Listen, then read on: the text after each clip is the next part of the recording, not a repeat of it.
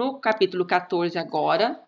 Uma coisa que nós vamos ver dentro desse estudo de hoje, algo que nós vamos ver e que vamos estar estudando, é que existe uma diferença que vai ficar bem marcado, né, dentro desse estudo. Nós vamos ver essa diferença entre aqueles que são os selados da besta, os 666, e aqueles que são selados do Pai. Porque agora nós vamos ver que, né, assim, vai estar um pouco mais claro até mesmo essa questão dos selados do Pai, mas continua falando a respeito dos selados do 666, que são os selados da besta, que são os adoradores da besta, né? Então, os adoradores da besta, eles podem comprar e vender, eles beberão do vinho do furor de Deus, que nós vamos ler daqui a pouco, né, no 14, 9 e 10. Eles serão atormentados com enxofre, eles não terão descanso dia e noite, eles receberão o flagelo da primeira taça, eles blasfemam contra Deus, que é o que está escrito no 16, 10 e 11, que nós também vamos estudar hoje. Então, os adoradores da besta, eles vão fazer todas essas coisas. Agora, aqueles que são os adoradores do Pai, aqueles que recebem o selo do Pai, e que também vai estar depois definido como aqueles que recebem o selo do Filho, também, eles são os redimidos. Eles podem morrer por não adorar a besta, eles estão junto com o Cordeiro no céu, e eles aprenderão o cântico do Cordeiro, eles aprenderam, né, o cântico do Cordeiro, não recebem o tormento da quinta trombeta. Então, já tem coisas que vão estar definidas ali de que eles não vão passar. Os selados do Pai, aqueles que são redimidos, que são os redimidos do Senhor, eles estarão para sempre com o Senhor, estarão louvando e adorando ao nosso Deus. No capítulo 14, nós vamos ver as 7 visões. Nessas 7 visões, então, Apocalipse 14, do 1 ao 5. Olhei, e eis o Cordeiro em pé sobre o monte Sião, e com ele 144.000, tendo na fronte escrito o seu nome e o nome de seu Pai. Ouvi uma voz do céu como voz de muitas águas, como voz de grande trovão. Também a voz do que ouvi era como de arpistas quando tange a sua harpa. Entoava um novo cântico diante do trono, diante dos 4 seres viventes e dos anciãos. E ninguém pôde aprender o cântico, senão os 144.000 que foram comprados da terra. São estes os que não se macularam com mulheres, porque são castos. São eles os seguidores do Cordeiro, por onde quer que vá. São os que foram redimidos dentre os homens, primícias para Deus e para o Cordeiro. E não se achou mentira na sua boca, não tem mácula. Então, nós vemos ali que eles são os redimidos, né? São aqueles que não se prostituíram com a grande meretriz. Eles são aqueles que seguiram o Cordeiro. Eles são os eleitos de Deus. Eles são as primícias para Deus. E eles são puros de lábios e de vida. E eles estão ali adorando ao Senhor. Tem alguma coisa aí que chama a atenção de vocês nessa leitura desse texto? Qual é uma característica desses 144.000 que aparece ali? O que diz lá no 4? São estes os que não se macularam com mulheres, porque são castos. São eles os seguidores do Cordeiro, por onde quer que vá. São os que foram redimidos dentre os homens, primícias para Deus e para o Cordeiro. Uhum. Então, aqui está dizendo assim que esses 144.000 são aquelas pessoas que não se contaminaram com mulheres, são castos. Isso quer dizer que lá no céu, então, só vai entrar quem é virgem, quem não se casou ou quem não se contaminou com mulheres? O que isso significa? Será que tem um povo que é especial e esse povo que é especial, então a parte da sexualidade tem algo a ver com isso? Será que é dessa forma que a Bíblia está se referindo? Não. É claro que, né? É claro que não, né? Não pode ser dessa forma. E ali também você não deveria ser só homens que não se contaminaram. Então quer dizer também as mulheres também não vão para o céu. Ou será que tem essa espécie especial nisso, né? Claro que não pode ser isso. Se vocês notarem, a Bíblia sempre vai usar como um símbolo, né? O relacionamento com o relacionamento homem e mulher, ele é um tipo de relacionamento entre a igreja e Deus. Se vocês observarem, sempre é apresentado, né? A igreja é como a noiva de Cristo. Né? Cristo é o marido, Cristo é aquele que é o que vem proteger, guardar, né, a sua noiva, ou vai levar a sua noiva. Depois tem as bodas do Cordeiro. Então, esse é um simbolismo que a Bíblia toda sempre vai apresentar. E aqui está muito mais relacionado na questão de que não se contaminaram, quer dizer, não se deixaram levar por outras, como se fossem outras religiões, ou como se fossem outras crenças, ou que realmente não se prostituíram adorando outros deuses.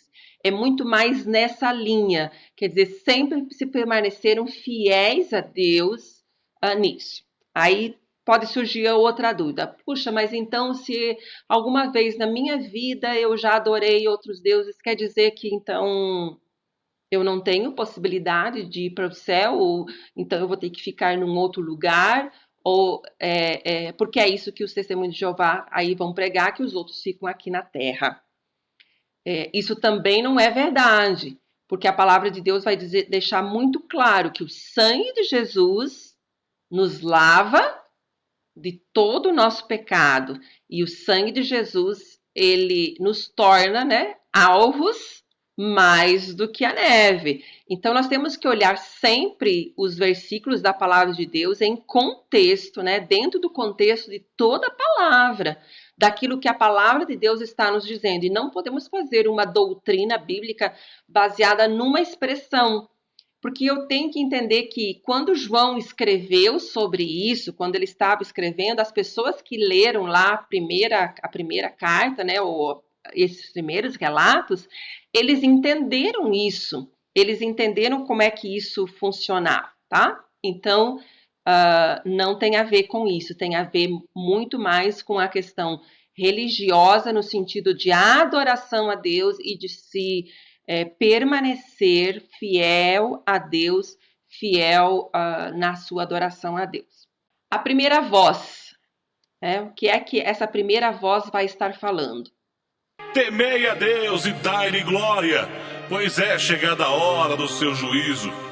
E adorai aquele que fez o céu, a terra e o mar e as fontes das águas.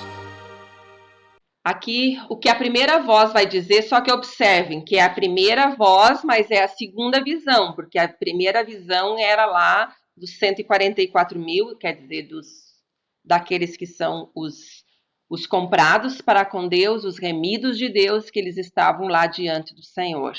Agora, nessa segunda visão, que é a primeira voz, ela vai estar dizendo, essa primeira voz vai estar dizendo, temei a Deus, dai-lhe glória, e adorai aquele que fez o céu e a terra e o mar e as fontes das águas. No capítulo 13, no versículo 4, tinha lá uma pergunta. Quem é como a besta? Quem pode pelejar contra ela?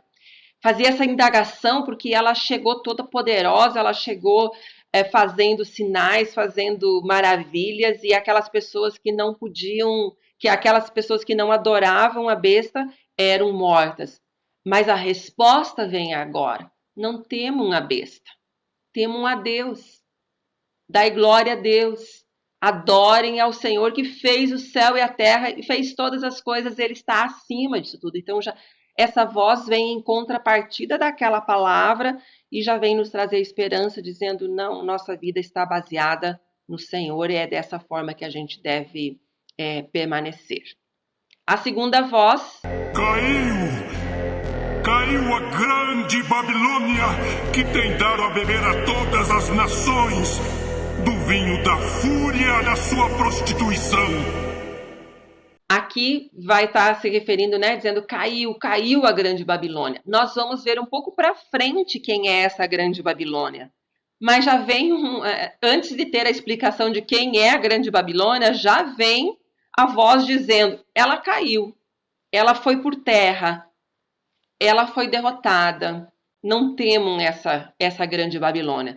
Se vocês lembrarem, no estudo da semana passada, nós vimos que a Grande Babilônia ela fazia parte do quarteto do mal. Mas já vem a palavra aqui que é caiu. Então, a Grande Babilônia é o sistema mundano, a religião prostituída, que vai estar a serviço da besta e de Satanás no mundo. Mas ela já caiu. Tem a terceira voz, que é a quarta visão. Se alguém adora a besta e a sua imagem, e recebe a sua marca na fronte ou sobre a mão, também esse beberá do vinho da cólera de Deus, preparado sem mistura, do cálice da sua ira, e será atormentado com fogo e enxofre, diante dos santos anjos e na presença do Cordeiro. A fumaça do seu tormento sobe pelos séculos dos séculos, e não tem descanso algum, nem de dia nem de noite, os adoradores da besta e da sua imagem, e quem quer que receba a marca do seu nome. Agora, os adoradores da besta, que receberam a marca na fronte e na mão, eles vão beber o vinho da cólera de Deus de que forma? Agora esse cálice é um cálice da ira de Deus e é um cálice sem mistura. Que seria essa mistura? Nas outras pragas ou nas outras manifestações da ira de Deus ou das manifestações do que vão acontecer nesses últimos tempos, sempre vinha alguma coisa com respeito a ter um pouco de misericórdia. A ira de Deus era misturada com a misericórdia de Deus. E agora não vai mais ter isso. Agora é sem mistura. Não tem mais a misericórdia. Então, nesse sentido, acabou o tempo para que as pessoas venham se arrepender e venham ter uma vida voltada para o Senhor. E essa é também uma palavra que o Apocalipse vai trazer para a gente, que existe um tempo de arrependimento, existe um tempo para que a gente possa se voltar para Deus. Depois aqui vai falar que eles vão ser atormentados com fogo e enxofre, então fala um pouco da intensidade desse tormento. Também vai dizer que é pelos séculos dos séculos, então vai falar que esse tormento vai ser para sempre. Tem o tempo de tormento dos adoradores da besta, então é eterno. Lembra que a besta poderia agir durante 42 meses. Isso quer dizer, o tempo que ela pode atuar e que pode manifestar contra aqueles que são os selados de Deus é um tempo limitado. Mas o tormento que os que seguem a besta, então vai ser pelos séculos dos séculos. E eles não têm descanso nem de dia, nem de noite. Então, nesse contraste entre os adoradores da besta e os remidos do Senhor, nós vamos ver que as consequências daqueles que são os adoradores da besta é uma consequência muito maior. Quarta voz. Escreve: bem-aventurados os mortos que desde agora morrem no Senhor. Sim, Diz o Espírito. para que descansem das suas fadigas, pois as suas obras os acompanham. No outro, os adoradores da besta não têm descanso, nem de dia, nem de noite. Agora nós vemos um alento, uma promessa, dizendo: bem-aventurado aqueles que morrem no Senhor, bem-aventurado aqueles que são os remidos do Senhor, bem-aventurado aqueles que podem aprender o cântico do Cordeiro e podem estar diante do Cordeiro, diante do Senhor, adorando ao Senhor, porque eles vão ter descanso das suas fadigas e vamos poder adorar ao Senhor. Então, eles morrem no Senhor. morrem crendo no Senhor e ficando firmes e fiéis ao Senhor. Os ímpios são atormentados, os remidos descansarão. Apocalipse 14, do 14 ao 16, eu pedi para alguém ler esse texto.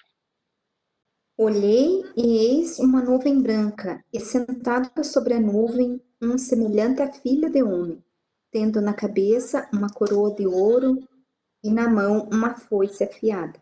Outro anjo saiu do santuário, gritando em grande voz para aquele que se achava sentado sobre a nuvem: Toma a tua foice e ceifa, pois chegou a hora de ceifar, visto que a seara da terra já amadureceu.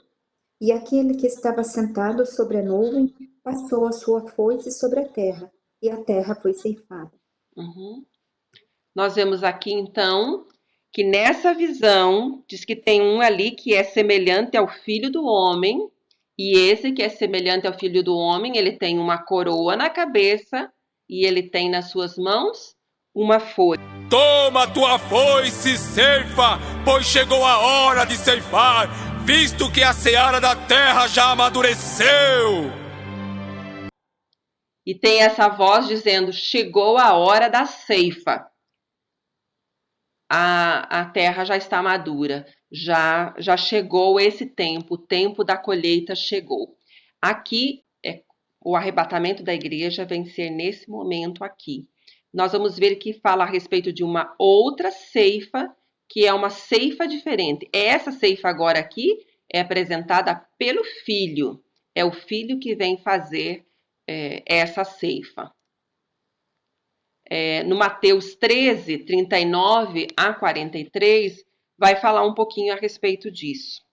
E o inimigo, que o que semeia é o diabo, a colheita é o fim desta era, e os encarregados da colheita são os anjos. Assim como o joio é colhido e queimado no fogo, assim também acontecerá no fim desta era. O Filho do Homem enviará os seus anjos, e eles tirarão do seu reino tudo que faz tropeçar e todos os que praticam o mal. Eles o lançarão na fornalha ardente, onde haverá choro e ranger de dentes. Então os justos brilharão como o sol no reino do seu Pai. Aquele que tem ouvidos para ouvir, ouça. Então, falando aqui, o próprio Jesus fala a respeito dessa colheita que vai haver. Apocalipse 14, 17 a 20. Então saiu do santuário, que se encontra no céu, outro anjo, tendo ele mesmo também uma foice afiada. Saiu ainda do altar outro anjo, aquele que tem autoridade sobre o fogo, e falou em grande voz ao que tinha a foice afiada, dizendo: Toma a tua foice afiada e ajunta os cachos da videira da terra, porquanto as suas uvas estão amadurecidas. Então o anjo passou a sua foice na terra e vindimou a videira da terra e lançou-a no grande lagar da cólera de Deus. E o lagar foi pisado fora da cidade, e correu sangue do lagar até aos freios do cavalo, numa extensão de 1.600 estádios. Nessa outra colheita, então agora aqui é a visão do juízo de Deus. O que nós vemos é que existem duas colheitas. A foice, né, vai ocorrer para os dois lados. Então, uma vai ser colhido aqueles que são e que pertencem ao Senhor para o reino eterno, e outra vai ser, a foice também vai passar e vai ceifar aqueles que não pertencem ao Senhor e que vão receber o juízo de Deus. Então, nesse texto aqui, nós vemos que a colheita, ela vai haver dos dois lados, só que essa colheita daqui é uma colheita para o juízo. O juízo está ocorrendo nesse texto, porque agora aqui eles vão ser pisados no lagar de Deus. Então, fala a respeito desse juízo. Fala do sangue que vai escorrer. Então, também mostra que essa sétima visão vai falar a respeito desse juízo que vem sobre toda a terra. Vamos agora para os 7 flagelos, que nós vamos ver no capítulo 15 e no capítulo 16. O capítulo 15 nós não vamos estudar detalhadamente, porque o capítulo 15 é como se fosse uma preparação para o 16. No capítulo 15 vai falar um pouquinho dos detalhes do que acontece um pouquinho antes de serem anunciados os flagelos. Então, capítulo 15, versículo 1, diz assim: Vi no céu outro sinal, grande e maravilhoso, 7 anjos com 7 taças, últimas pragas, com as 7 últimas pragas, pois com elas se completa a ira de Deus. Vi algo semelhante a um mar de vidro misturado com fogo, e de pé junto ao mar os que tinham vencido a besta, a sua imagem e o número do seu nome. Eles seguravam harpas que lhes haviam sido dadas por Deus, e cantavam o cântico de Moisés, servo de Deus, e o cântico do Cordeiro. Grandes e maravilhosas são as tuas obras, Senhor Deus Todo-Poderoso. Justos e verdadeiros são os teus caminhos, ó Rei das Nações. Quem não temerá, ó Senhor? Quem não glorificará o teu nome? Pois tu somente és santo. Todas as nações virão à tua presença e te adorarão, pois os teus atos de justiça se tornaram manifestos. Depois disso, olhei e vi que se abriu no céu o santuário, o tabernáculo da aliança. Saíram do santuário os 7 anjos com as 7 pragas. Eles estavam vestidos de linho puro e resplandecente e tinham cinturões de ouro ao redor do peito. E um dos 4 seres viventes deu aos 7 anjos 7 taças de ouro, cheios da ira de Deus, que vive para todo sempre. O santuário ficou cheio da fumaça da glória de Deus e do seu poder, e ninguém podia entrar no santuário enquanto não se completasse as 7 pragas dos 7 anjos. Nesse texto nós vemos que haviam 7 anjos. Eles tinham nas mãos 7 taças e eles receberam uma ordem: vão derramar sobre a terra as 7 taças da ira de Deus. Essas taças agora são cheios da ira de Deus. E talvez isso choque um pouco, porque fica parecendo assim, como um Deus que é bom e se ira. Como assim? Parece que Deus é um Deus mau. Mas eu tenho que lembrar que a ira de Deus é uma ira justa. Que quando Deus manifesta a sua ira, é uma manifestação de juízo. Não é uma manifestação de maldade. É diferente. É uma manifestação de juízo. E nós vamos ver que esses flagelos são castigos que Deus derrama sobre os adoradores da besta e os servos do dragão. Essas taças, lá no Apocalipse 5:8, são as taças com as orações dos santos e agora elas voltam com a resposta de Deus. Ela aparece novamente no Apocalipse 8:3-5, orações que voltam como juízo de Deus. Muitas vezes nós podemos orar dizendo: Senhor, como é que pode, acontecer, ter tanta corrupção? Como é que fica tanta gente roubando e não acontece nada? As pessoas são presas e logo são soltas. Estamos aí num Maio Laranja, onde fala a respeito da proteção às crianças, e nós vemos crianças sendo violadas, tanta maldade que existe, as pessoas usando umas às outras, e muitas vezes nós oramos pedindo: Senhor, toma uma providência. E às vezes nós parece que a nossa leitura é: Deus não se incomoda, porque Deus não está mandando um raio do céu para que aconteça alguma coisa assim, para que o juízo seja imediato. Mas eu tenho que lembrar que nosso Deus é um Deus longânimo e também é um Deus misericordioso, mas isso não quer dizer que ele não seja justo. E no devido tempo ele vai manifestar o seu juízo. Então, todas essas orações que nós levantamos diante do Senhor, elas estão lá enchendo a taça. Está enchendo a taça. E elas podem voltar para a terra com a bênção, né, do arrependimento, quando a pessoa se arrepende e pode ter uma nova vida, ou ela pode voltar para a terra em forma de juízo. Então, nós vamos ver agora, vamos começar a ver os flagelos, e eles estão ali no Apocalipse, então capítulo 16, e nós vamos lendo versículo a versículo, e vamos estudando e vendo o que é que acontece.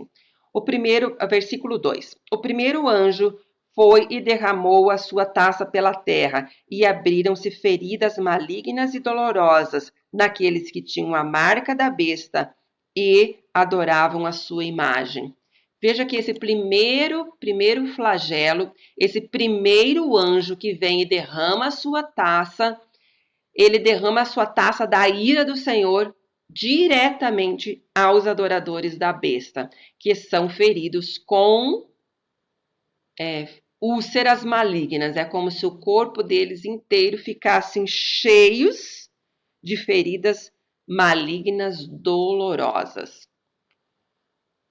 O segundo anjo vem trazer a segunda taça, e essa taça ela é derramada, diz o segundo anjo, derramou a sua taça no mar, e esse se transformou em sangue, como de um morto, e morreu toda a criatura que vivia no mar.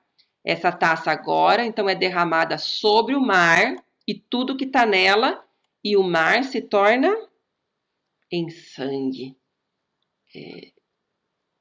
Atinge diretamente ao mar. No terceiro flagelo, o terceiro anjo vem e derrama a sua taça. O terceiro anjo derramou a sua taça nos rios e nas fontes de águas, e eles se transformaram em sangue.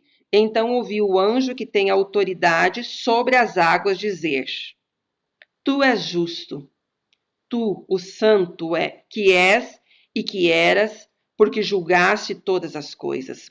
Pois eles derramaram o sangue dos teus santos e dos teus profetas, e tu lhe destes sangue para beber, como eles merecem. E ouvi o altar responder: Sim, Senhor. Sim, Senhor Deus Todo-Poderoso, verdadeiros e justos são os teus juízos. Vem esse anjo, derrama sobre os rios e as fontes se tornam em sangue. E é interessante aqui, porque tem a resposta, né? Então, já de dizer, é justo isso. É justo e tu julgas com justiça. Muitas vezes nós julgamos as causas, nós não somos justos, porque a gente sempre julga mais ou menos a nosso favor. Nós julgamos muito mais sempre olhando com a nossa ótica. Pode até ver assim quando a gente escuta alguém falar. Conforme a primeira pessoa que a gente escuta, normalmente o nosso coração tende a olhar mais para aquele lado e defender mais para aquele lado. Quando eu escuto o outro lado, eu digo, não é desse jeito. O outro lado também tem razão ou tem mais razão. Mas Deus não é assim. Deus conhece a verdade de fato e conhece também o coração humano e sabe de todas as coisas, do que acontece. Eu tenho pensado um pouquinho, meditado um pouquinho até mesmo nessa questão dos nossos dias que estamos vivendo e eu observo e posso me incluir nisso, né? A gente tem dois grupos, né? O grupo diz, vamos abrir tudo, e o outro grupo dizendo, não, nós precisamos ficar em casa. Normalmente, nós tomamos um partido de acordo com aquilo que nós temos mais medo.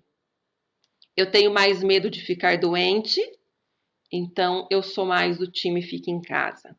Eu tenho mais medo da questão financeira, então eu sou do time tem que abrir tudo. Normalmente, então, tomamos partido de acordo com a nossa ótica. Quero dizer que nenhum lado, nem o outro deveria ter medo, porque nossa esperança deve estar no Senhor. que nos cuida, nos protege e supre toda a nossa necessidade. O quarto flagelo, Apocalipse 16, 8 e 9, diz assim: o quarto anjo derramou a sua taça no sol, e foi dado poder ao sol para queimar os homens com fogo. Estes foram queimados pelo forte calor e amaldiçoaram o nome de Deus, que tem domínio sobre estas pragas. Contudo, se recusaram a se arrepender e a glorificá-lo. O sol é atingido e queima os homens, mas esses não se arrependem. Quinto flagelo, Apocalipse 16, 10 e 11. O quinto anjo derramou a sua taça sobre o trono da besta, cujo reino ficou em trevas. De tanta agonia, os homens mordiam a própria língua e blasfemavam contra o Deus do céu por causa das suas dores e das suas feridas. Contudo, recusaram-se a arrepender-se das obras que haviam praticado. Vem o quinto anjo, derrama a sua ira e os adoradores da besta é que são atingidos e eles gritam de dor, mas eles não se arrependem. Sexto flagelo, Apocalipse 16, 12 a 16. O sexto anjo derramou a sua taça sobre o grande rio Eufrates e secaram-se as suas águas para que fosse preparado o caminho para os reis que vêm do Oriente.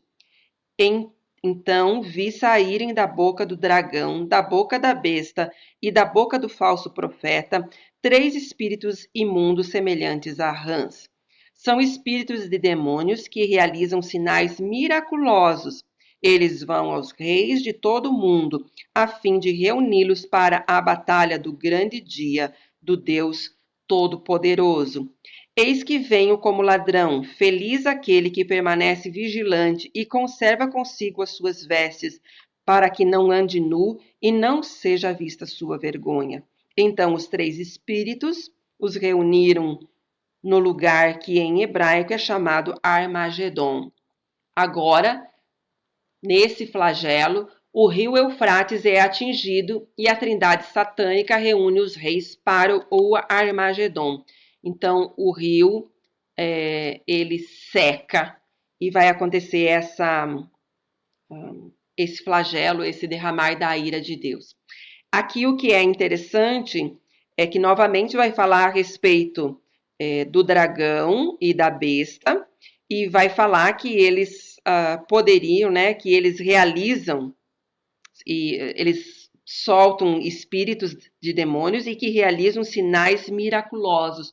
Novamente, eu quero chamar a atenção para que a gente não acredite no milagre pelo milagre, certo? Eu não posso simplesmente ficar atendendo assim, aconteceu um milagre, então isso vem de Deus. Não, eu não posso ver isso, eu tenho que entender o que isso significa. Então, eu não posso acreditar no milagre pelo milagre.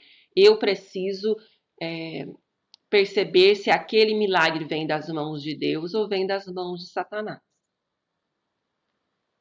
Porque o diabo está aí tentando, com todas as suas armas, fazer com que as pessoas acreditem nele. E ele não vem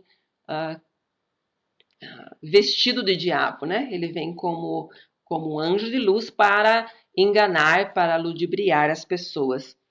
Então, isso acontece. Aqui acontece também essa batalha do Armagedon, que também é mais conhecido, mais falado, também tem várias interpretações, e isso vai depender da linha que vai ocorrer. Mas Armagedon era um lugar onde aconteceram várias batalhas no Velho Testamento, vários milagres também aconteceram nesse lugar, mas é um lugar de batalha. E aqui ele vai ter mais o simbolismo de que haverá essa batalha. Não acredito que seja uma batalha lá num lugar específico, mas tem essa referência. E o sétimo e último flagelo, Apocalipse 16, do 17 ao 21, diz lá: o sétimo anjo derramou a sua taça no ar, E do santuário saiu uma forte voz que vinha do trono dizendo: Está feito. Houve então relâmpagos, vozes, trovões e um forte terremoto. Nunca havia ocorrido um terremoto tão forte como este desde que o homem existe sobre a terra. A grande cidade foi fracionada em 3 partes e as cidades das nações se desmoronaram. Deus lembrou-se da grande Babilônia e lhe deu o cálice do vinho do furor da sua ira. Todas as ilhas fugiram e as montanhas desapareceram. Caíram sobre os homens, vindas do céu, enormes pedras de granizo, de cerca de 35 quilos cada. Eles blasfemaram contra Deus por causa do granizo, pois a praga fora terrível. O anjo derrama a taça, e vem relâmpagos, vozes, trovões, tem um grande terremoto e a Babilônia recebe a ira de Deus. Nós vamos traçar um paralelo aqui entre as trombetas e as taças, que se vocês observarem, ali, tinha muita semelhança do que ia acontecendo. A primeira trombeta, se vocês lembrarem lá, primeira trombeta, o que aconteceu? 1/3 da terra, da vegetação da terra foi atingido.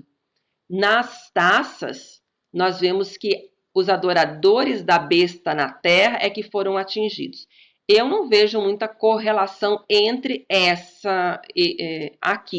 entre as trombetas e nas taças nessa primeira, mas nas outras sim, vocês vão ver que existe muita correlação.